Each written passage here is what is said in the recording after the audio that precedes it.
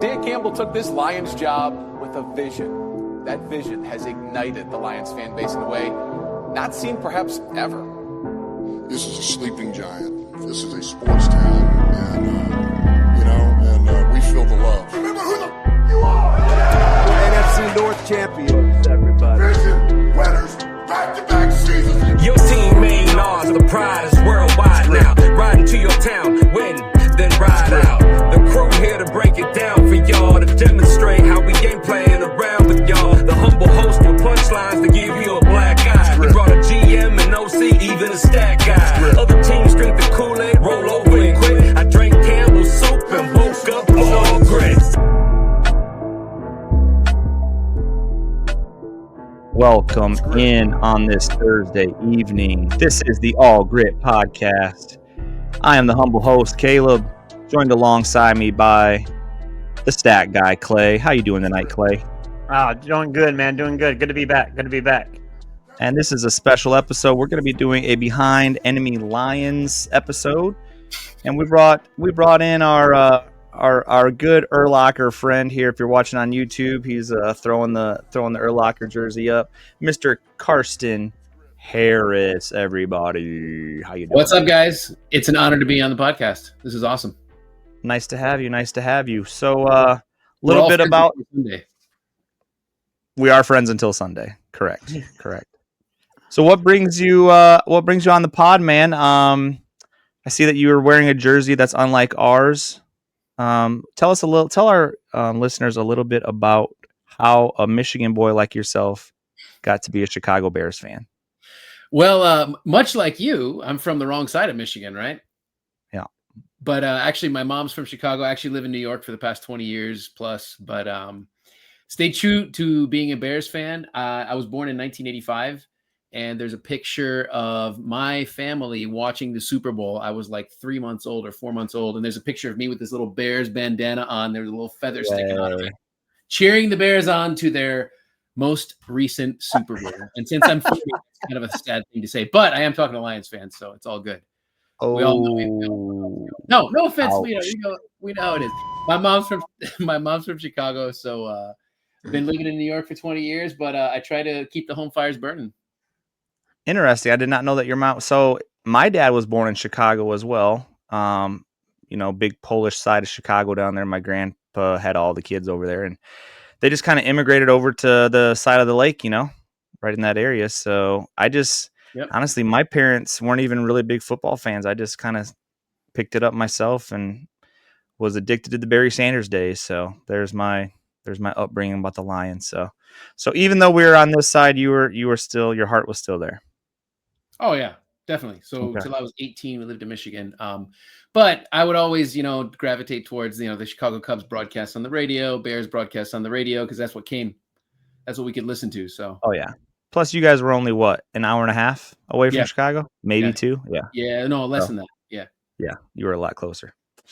All right, Clay. So we're gonna roast this guy today with some questions. We have a awesome game coming up Sunday, 1 p.m. Ford Field.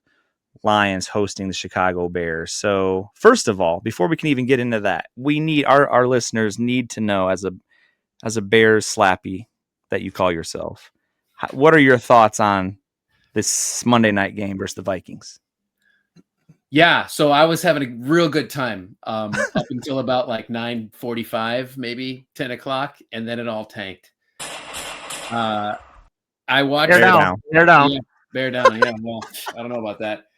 It's funny. I got myself all hyped up. I watched all the videos on YouTube, all the previews on YouTube, and watched all these different quarterbacks breaking it down. And I'm thinking, hey, we got, this is looking good. This is looking good.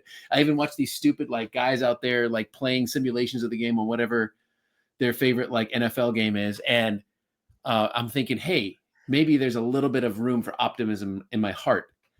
First drive, I'm like, okay, this is looking good. Right. Second drive, it could have been better. The game rolls on.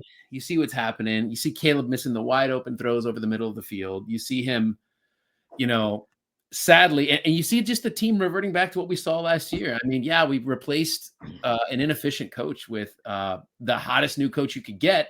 Thank you, Lions fans, for now. And it was like we're seeing the same thing. We give away a game in the end of it. It's like, frankly, last year we had the Lions on the ropes twice and we gave it away. And that's what we did with the Vikings. So my apologies to the rest of the NFC North for letting JJ McCarthy dominate the storylines for his super awesome, he wins his debut, magnificent, brilliant. Now, but back to as Lions and Bears fans, that's kind of what we want. We want JJ to be overconfident. We want him to be the NFC Player of the Week. See what he does with it. Yeah, which he was. Yeah, it was hard to fall asleep on Monday night. Oh, dude, we've been there.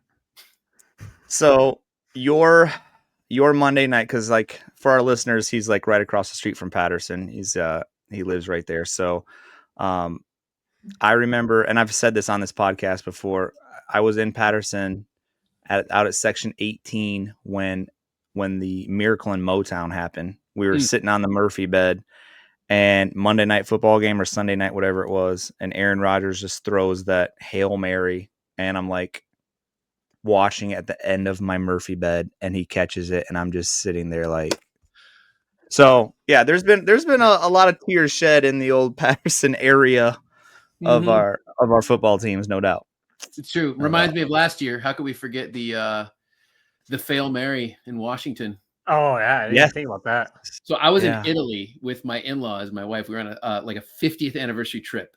So it was night. It was like 1 or 2 in the morning, and I'm the one that's sitting up watching this football game. And I burst into the bedroom of the Airbnb we're staying at when the touchdown scored, and I'm like silent dancing because my in-laws are in the room next door, and I'm like running up and down, and like my wife wakes up. She's like, "What are you doing?" And I'm like, "They scored a touchdown. The game's over." Remind our listeners, how many seconds were on the clock when you were doing all that? I don't even remember. Yeah, I don't. I thought you did. There was a good maybe 12 seconds. Yeah, that's all right. Literally minutes later, I with the vigor that I busted into the room, the equal amount of just full defeatism just poured out. And you're in Italy, so the next day you're like, "Yay, Italy! Woohoo! Yay, cool!" Oh, I didn't care. I was like, "Can you put me on the plane home now, please?" So, listen, I say all that to say we all know our share of heartache, right? Yeah. Yes, we do. Yes, we do. Yep. And Bears, for my whole life and Clay's whole life, it's always been the Packers that have owned us. The Bears, I feel like we split. With the Vikings and Bears a little bit. Maybe the Bears have owned us a little bit more, I would say, over the years. But it seems like recently, right, the past 4 years, we've had our good share of getting the comeuppings. So let's talk about this week then. So once again, Sunday, 1 p.m., you guys roll in. Clay has got one question for you that all of us want to know. Clay, hit him with it. So you're watching the game Monday.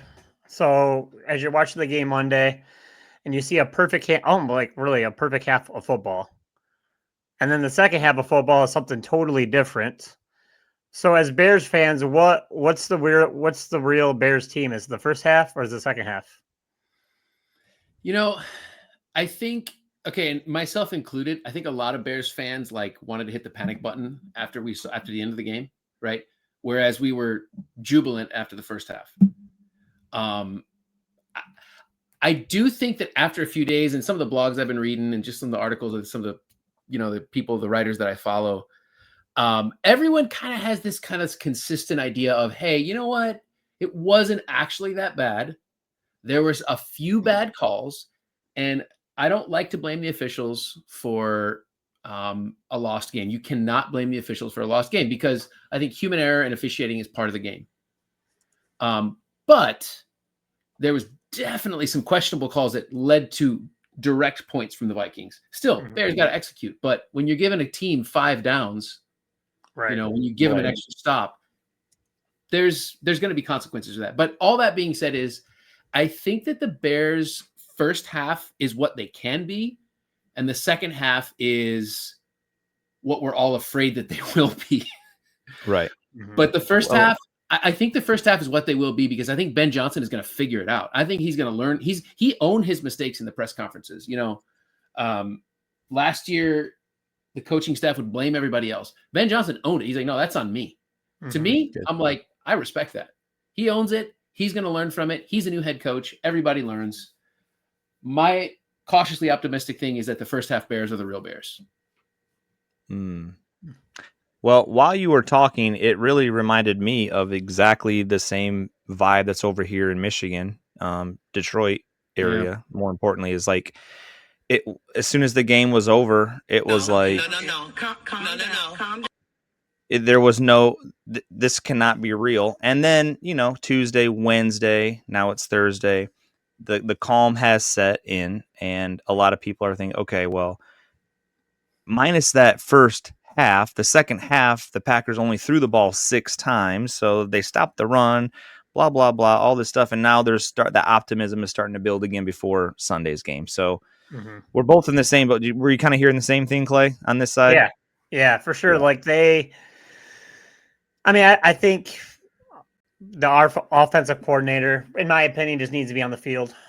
I think a lot of people are saying that, but also I think he's just over answering Green Bay questions, and it's Thursday. Hey, people are talking about his short answers today, but it's Thursday. It's on to the Bears, man. Just forget about the Green Bay game. It was a loss. Yeah, here's my thought too is I hate losing, but a loss is a loss. But when you lose the way we did, it stunk. But then you see how Baltimore lost. Like, it's like, hey, like, or the Bears, throw them in there. I mean, like, that's like, okay, like we lost because nothing went right.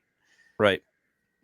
And then if you have a perfect half or a perfect 3 quarters and a half of a quarter and then fumble it, it's like a different, exactly what King Henry was in his interview, was just the guy ran for 200 yards and 2 touchdowns and he was devastated. So, yeah. And we're just like, hey, we can't be any worse. I really believe that. So let's go. Right. Can I ask you something? Wait, you think the offensive coordinator should be on the field, not up? I do. I do. Isn't it better to be in the booth, though? That's just my take. Okay. I just like how hey, you're down there with the offensive line. You can talk to Goff personally. You get the feel from the people of the stadium. Like, if it's 4th and 2 and you feel the crowd, I don't know, but that's just my thought. I like them on the field, but it's different. Just to let Karsten in on a little insight of what's going on over here in Detroit, dude, you would not understand the amount of phone calls into the Detroit radio stations this week about that exact sentiment, about these fans thinking that because he's not on the field, that's why our offense couldn't put anything together. And I'm not blaming all the reasons. I just want him on the field. I just feel more comfortable. But the hosts of the show are all like, so every defensive coordinator, every offensive coordinator that's sitting up in that booth, now not every team does it, but a lot of them do. So, they have problems. You're looking at, Steve Spagnuolo's on the ground, but you can just think of all the times they pan to the top and they see defensive coordinators up there pumping their fists. They won. But dude, Detroit is in such a panic right now because you go 15-2 last year. You're the best team. And then everyone and their mom is talking about Ben Johnson in Chicago. And it's just like, after that appearance, after that game, now the whole state is like, oh no, are they right? Are people finally right? Was it all Ben Johnson? And so that's been the whole, it's beyond, it's ridiculous. People coming out of the woodworks with excuses. And here's consolation for you guys. The last 2 years, Lions have had 2 epic wins to start the season, which really ignites your season. Like, you beat Kansas City, you annihilate Kansas City stat-wise. The scoreboard doesn't say that, but you run through Kansas City at Kansas City. Yep. And then the whole storyline is, did you get lucky against Matthew Stafford? But then Stafford comes in, first game of the year, wild card rematch, and you beat him in overtime. But you follow those 2 epic wins with losses. You still are 1-1. We beat Chicago. We're 1-1. Just calm down, guys. We didn't start the way we did last year or the year before, but it's week 1. Calm down. We're good. So I think that's what Carson. You're feeling the same thing, Carson. The 1-1. I have a question for you guys. Like, if this isn't your podcast, okay? We ask the questions around here. Go ahead. Viva las the questions. No, I thought about that. I knew I was gonna get shot down for that. No. So like, if which 0-2 team is really going to be feeling the panic now at the end of this week? Because we're going to have an 0-2 team in the NFC North. Right. Both. Doesn't matter. If it's the Lions, who do you guys play week 3? Jeez. Oh man, I bet it's not as tough as who we're playing in week Right, 3. exactly. So Who's that? Baltimore. Oh man, Yeah. I So feel if like the Bears playing the Lions is like the worst possible thing this week. I mean, It is. Campbell already For said it's them. a must win for the Lions. I mean, Yeah. Oh, we got the Cowboys. We're good. Dude, Cowboys gave Philly everything. Cowboys, as usual, are a farce. So listen, I'm glad you brought the Cowboys up. On the radio today, I heard that the Chicago Bears are the Dallas Cowboys of the NFC North. Oh man. But can you debate it? They always have. The Is there a Chicago debate? Bears? No, the Chicago Bears are like Brian Urlacher with hair. It's not real. And that's been that way for decades. Sorry, That's I know I got awesome. the jersey, but No, but I also that's got good. the. yeah. I was gonna say, man, I like it. All right, so you mentioned. Go ahead, Clay. You had something. No, I'm good. No, you're good. Okay. You mentioned Ben Johnson earlier, so I kind of wanted to just get your thoughts on Ben Johnson and how you think the first game went compared to, this week coming up. Any first initial thoughts? I mean, you've had him all off season, but what do you think now? Oh, you're talking about me. Sorry. I was like, you said- Yeah, I mean, we've had Ben Johnson for 4 years. This is a question for me. I'm like, well, let me think about this. You know what I think? He's a big piece. All right, but your thoughts? You know what? I think he's motivated, right? You see him on the field, you see like the way he trained, you see, in all of training camp, I love the accountability.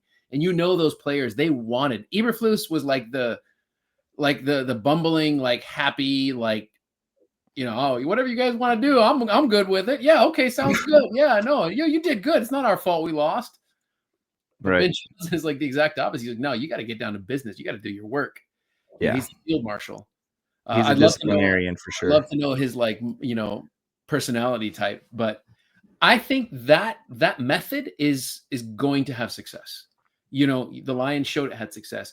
We don't have Sonic and Knuckles. We've got Taylor Swift, or what is it? No, DeAndre Swift. Sorry, You had Knuckles, but then You had Knuckles. I was gonna say. we did. Isn't that funny? The Chiefs have got Taylor Swift, or the NFL. But Yeah. I mean, we don't have some of the players that the Lions have, but I think Ben Johnson is going to get the best out of his players. And I really think the Bears are going to have a winning season, and I still think they're going to be in the playoffs. Okay. So you're calling a playoff appearance. Now we're not getting into bold takes yet, bro, but that's pretty bold. It's not a bold take. Nah. Especially when they're going to start. Who are they playing their fourth game there, right after Dallas? I don't know. Do you happen to pull that up? We take it 1 week at a time. That's the NFL. I was gonna say, well, your first quarter, you're already gonna be 0-3 at least going into your fourth game. Oh So wow. Okay. Very nice. I mean, we have the Raiders for the fourth week, so that's kind of good. all right, you'll be 1-3. There you go. Yeah, and then we have the Commanders rematch of that. Mm. Ooh, that's 1-4. Well, see. where's it at? Is it in Chicago? No, it's in Washington. Man, I should go to that Oh game. yeah. Oh yeah. Yeah. Yeah. How far are you from Washington? 5 hours. You could do that. So listen, you have any more questions about Lions? Because I kind of like that. You're giving it to us. Maybe some of our listeners want to know our thoughts on how we're feeling about this game. I do. Yeah. I want to know, offense and defense obviously neither showed up, but based on what you saw in training camp and based on what you guys saw in the preseason, what do you think is going to happen I want to know what you guys think is going to happen on Sunday. I'll go first, and I'll get to my bold take later, but it's going to go right into my bold take. But I think Demo is going to start the game, and they're going to run it down Bears' throats the first drive. And then I don't want to get too far in my bold take, but I think these are going to give it to Demo, man, and just let them. So many games last year that we've either Gibbs was out. I think it was against the Bucks, and maybe it was a couple of years ago, but they just give it to Demo and just pound it. Just pound it. Yeah. And I think that's what that's how the game's going to start for Lions offense. Demo's my brother-in-law's name. That's kind of fun. Yeah. Demo? Oh yeah, it is. It's like you keep saying that. And Lions take the ball first. Lions will take the ball first, get the momentum, drive down the football field, get 7, and go from there. Well, what if the Bears choose to receive, Clay? then I mean, it you gets got a in lot my of bold bold. take, but it You gets got a my lot of bold bold take. takes. All right, so repeat the question, Karsten.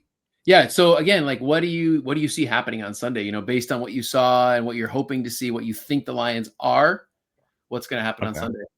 So I'm hoping that we see the exact 100% opposite of what we saw last Sunday. When I say that, just for Bears fans that may be listening to this or other fans, when I say that there's only been 3 games in 3 years where the Lions did not show up. 2 years ago, they did not show up against Baltimore, or was that last year? That was 2 years No, ago. 2023. Yep. And then another game was the Carolina Panthers. They just completely just got That was on a random. That was a Saturday game too, and that was just like, ugh. very random, very random. But anyway,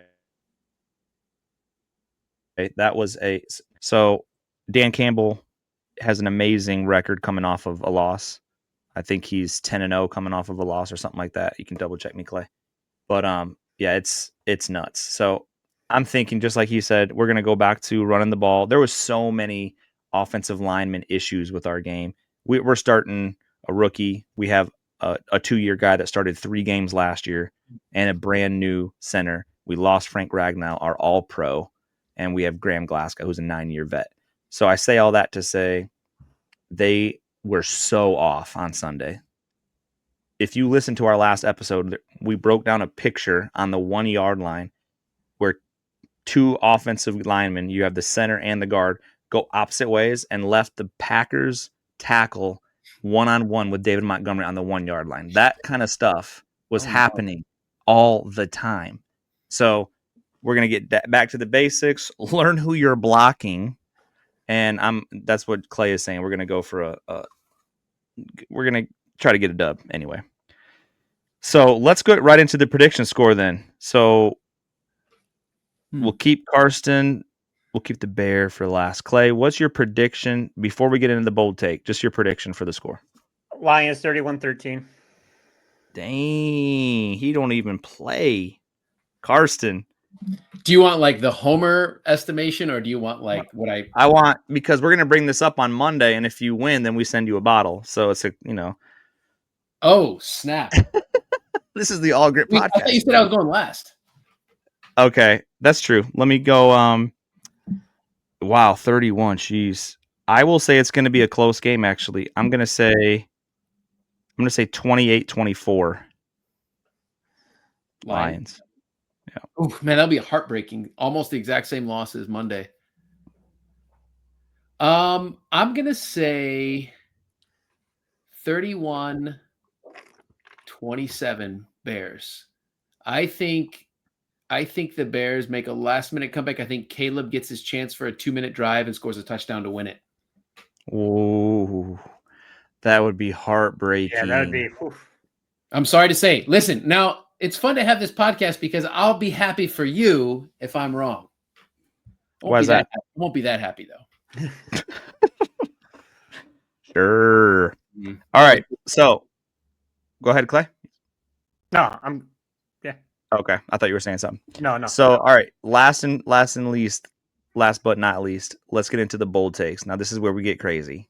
So, one bold take that you think will happen. Now, this is actually where the bottle and the scoreboard comes on. So, at the end of the year, whoever has the most bold takes, we normally do this with our whole crew. We have a sheet of paper here with all of our bold takes. So, it's got to be bold and it's got to hit. I'll start with Adrian. He sent his in. His bold take is Tesla triples his receiving yards from 13 yards to 40 yards this game. Hey, now you might be thinking, how is a receiver getting 40 yards a bold take? I asked him that, and he goes, "Bro, that's bold. A rookie in his second game ever in the NFL with target shares in Laporta, St. Brown, J-Mo, Gibbs, Wright, Khalif Raymond, and Monty." So I say all that to say Adrian's on the board with 40 receiving yards from Tesla. Just boiling hot take there. Yeah. Yep. All right, Adrian, we got you. All right, Clay, what say you? Well, hot, bold take. Well, if that's bold. Golf throws a pass. Yeah.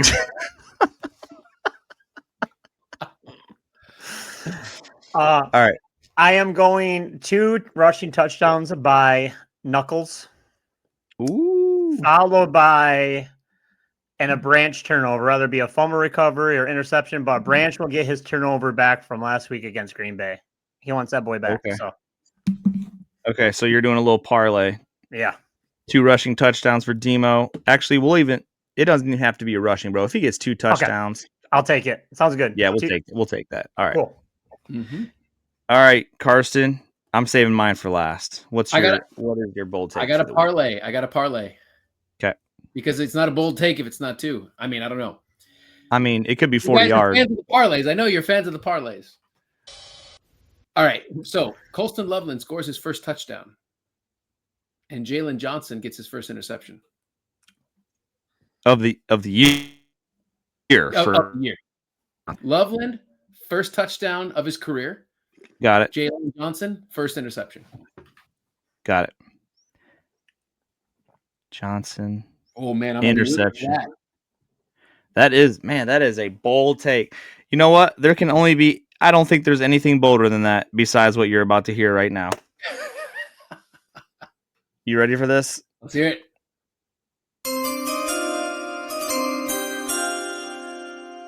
With the second game of the Detroit Lions, the bold take from Caleb Annual is there will be thrown an interception by both starting quarterbacks.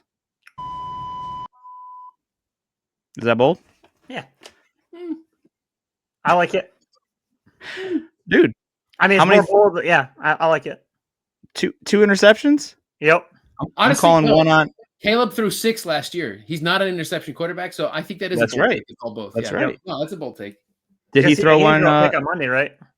No. See? Yep. Super. I think the defense, yeah, because I'm kind of with Clay. I'm like Branch or Kirby. They're gonna try to keep him in the pocket. That's what I heard this week. They're not trying to let him scramble. So they're just gonna kind of press. They're not gonna let him get out. So between Goff and Williams, I think there's gonna be 2 picks there. Okay. 2 turnovers. Yep. All right.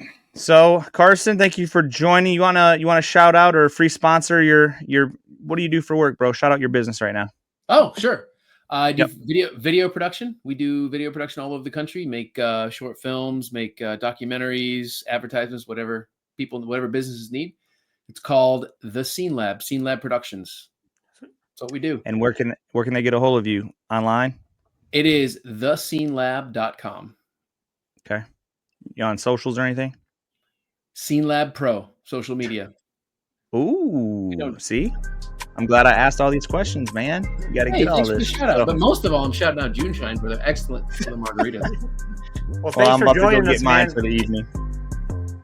Great to be on the podcast. Thanks, guys. This is awesome. Karsten, thank you for joining the All Gritt podcast. We truly appreciate you getting on here, just talking for about 30 minutes. We have a good game coming up on Sunday, boys. So may the better team win. And all of you out there, you know where we're at. All Gritt Podcast. Find us on iHeart, Apple, Amazon, Spotify, and please leave us a little green daddy, a little greenback, so we can keep pumping these episodes out for you. With that all said, this is the All Gritt Podcast. We out.